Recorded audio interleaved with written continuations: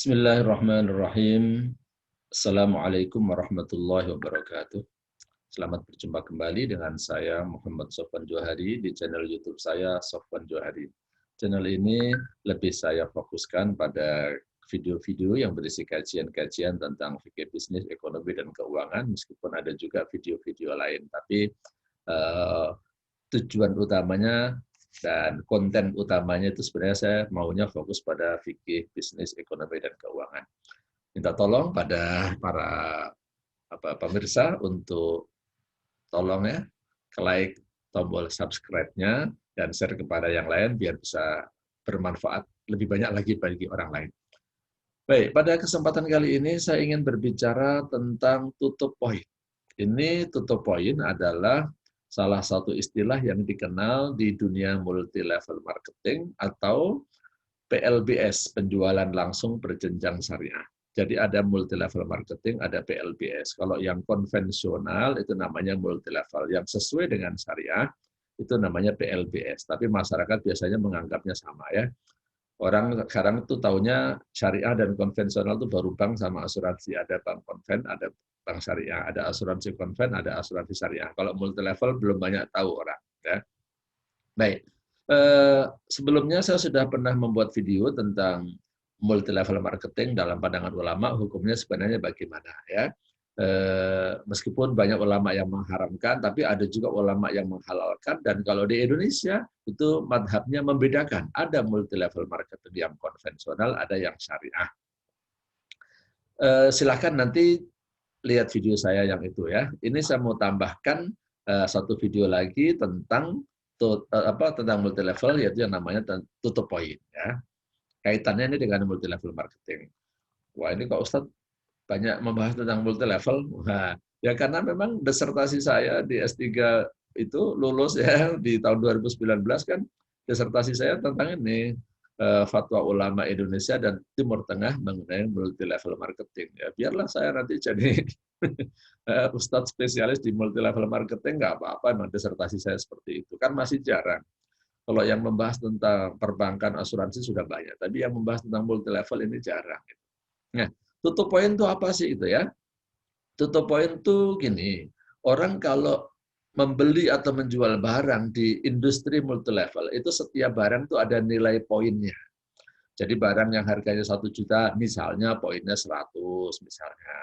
Barang yang harganya 2 juta, misalnya harganya 2 juta, tadi poinnya 200. Itu setiap perusahaan punya ukuran masing-masing. Intinya ada poin lah ya. Ya sama dengan kalau kita berbelanja di supermarket itu nanti dalam jumlah tertentu suka dikasih poin, kan?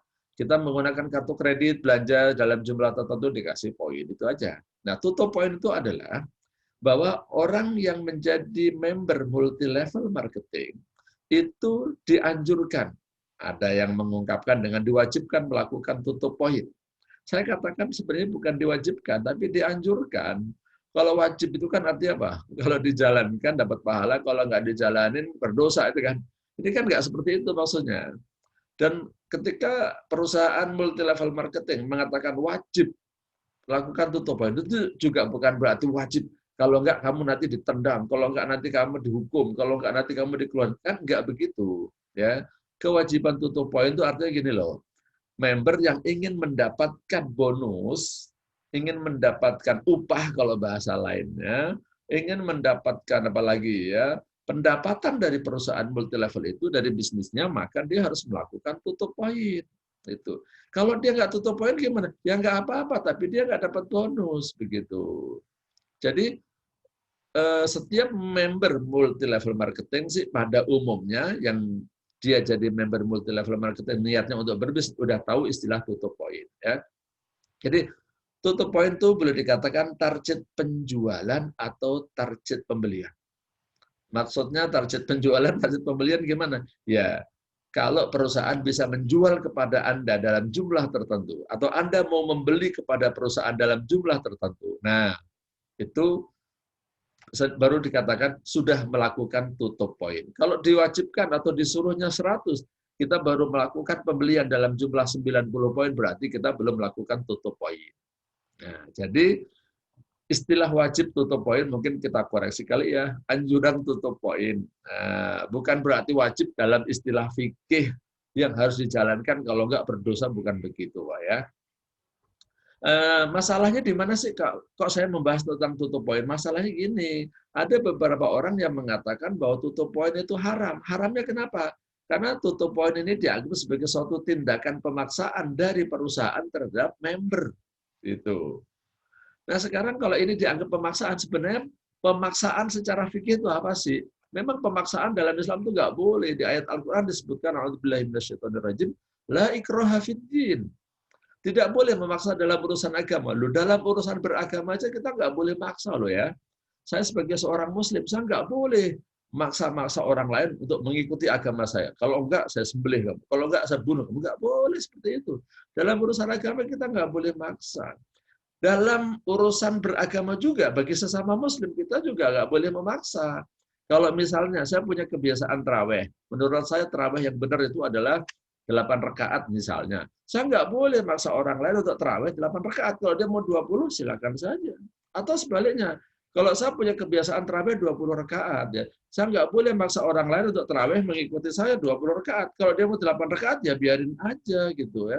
Jadi kita nggak boleh maksa-maksa orang lain untuk mengikuti pendapat kita dalam suatu urusan agama, khususnya dalam masalah-masalah khilafiyah. La ikraha fiddin. Lawang memaksa orang yang berbeda agama aja nggak boleh, apalagi memaksa orang yang seagama dalam urusan-urusan khilafiyah. Kalau ini saya punya jenggot nih ya, saya nggak boleh maksa-maksa orang lain untuk memelihara jenggotnya. Kalau dia mau pelihara jenggot, silakan. Ya, dia mau cukur ya silakan. Wong pelihara jenggot ini kan ya baik, tetapi kan tidak sampai wajib ya. Meskipun ada ulama yang mewajibkan, tapi ini masalah khilafiyah. Jadi jangan maksa orang lain mengikuti pendapat kita gitu. Nah, memang pemaksaan itu nggak boleh ya. Dan di dalam agama kalau orang dipaksa melakukan sesuatu maka rufi al-qalam. Dia itu nggak dicatat oleh Allah Subhanahu wa taala. Kalau orang dipaksa melakukan tindakan, misalnya dipaksa meminum khamr misalnya. Minum khamr itu dosa, minum minuman keras ya. Kalau orang dipaksa melakukan minum khamr, kemudian dia minum, maka dia nggak berdosa ya. Rufi al-qalamu an salasain. Di antaranya apa? Wa mastukrihu alaihi. Jadi pena itu diangkat. Maksudnya Allah tidak mencatat perbuatan seseorang, tidak menghisap perbuatan seseorang apabila dia itu dipaksa. Tapi kita harus tahu nih, paksaan, ikrah itu apa sih gitu ya. Ikrah itu ada banyak definisi yang disampaikan oleh para ulama. Di antaranya ada ikrah, pemaksaan itu gini, hamlus syakhsi ghairahu ala ma la yardahu min qaulin aw fi'lin. Membawa seseorang, saya membawa orang lain untuk melakukan sesuatu yang dia tidak ridho. Ya. Jadi orang saya suruh minum minuman keras, dia nggak suka minuman keras, itu namanya maksa. Saya suruh dia tarawih 20 rakaat, padahal dia maunya 8. Ya. Saya paksa, kalau nggak mau nanti saya tempeleng, ya misalnya. Nah itu namanya maksa. Atau saya suruh ngucapin kalimat-kalimat tertentu yang dia nggak suka, misalnya saya gendut, saya hitam, misalnya. Dia nggak suka ngomong begitu, tapi saya suruh ngomong begitu. Kalau saya menyuruh orang lain, saya membawa orang lain agar dia melakukan sesuatu atau agar dia mengucapkan sesuatu yang dia tidak ridho, itulah yang namanya ikrah. Nah, kalau dalam tutup poin di dalam multi level marketing ya, itu kan perusahaan mengajak para member untuk melakukan pembelian barang dalam jumlah tertentu. Kenapa? Nanti kalau kamu bisa membeli dalam jumlah tertentu, kemudian barang itu kamu jual, nanti kamu saya kasih bonus. Nah, sekarang ini kira-kira ini dipaksa nggak? Ketika seorang member melakukan tutup poin, dia sendiri ridho nggak? Dia senang nggak? Ya.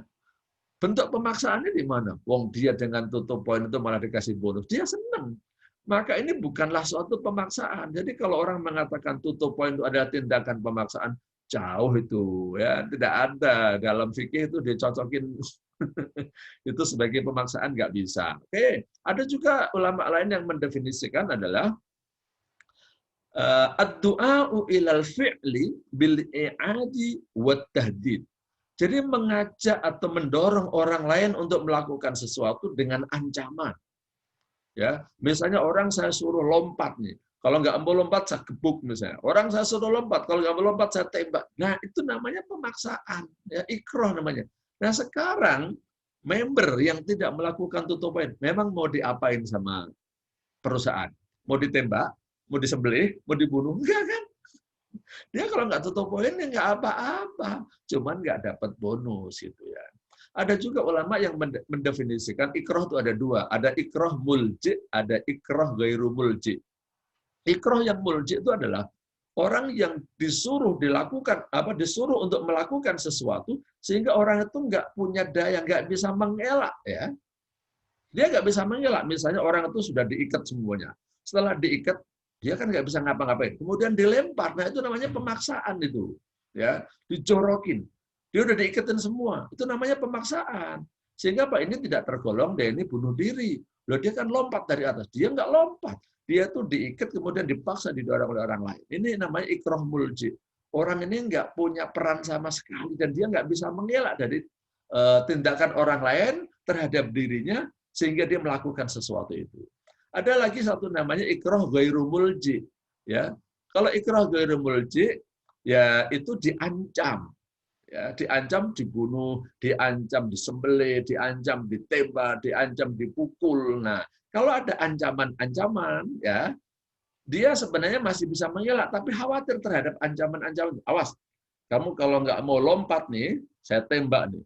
Nah, akhirnya dia mau lompat nih. Tindakan melompatnya itu namanya pemaksaan daripada saya ditembak. Ya, kalau zaman ulama-ulama dulu, ada ulama yang dipaksa.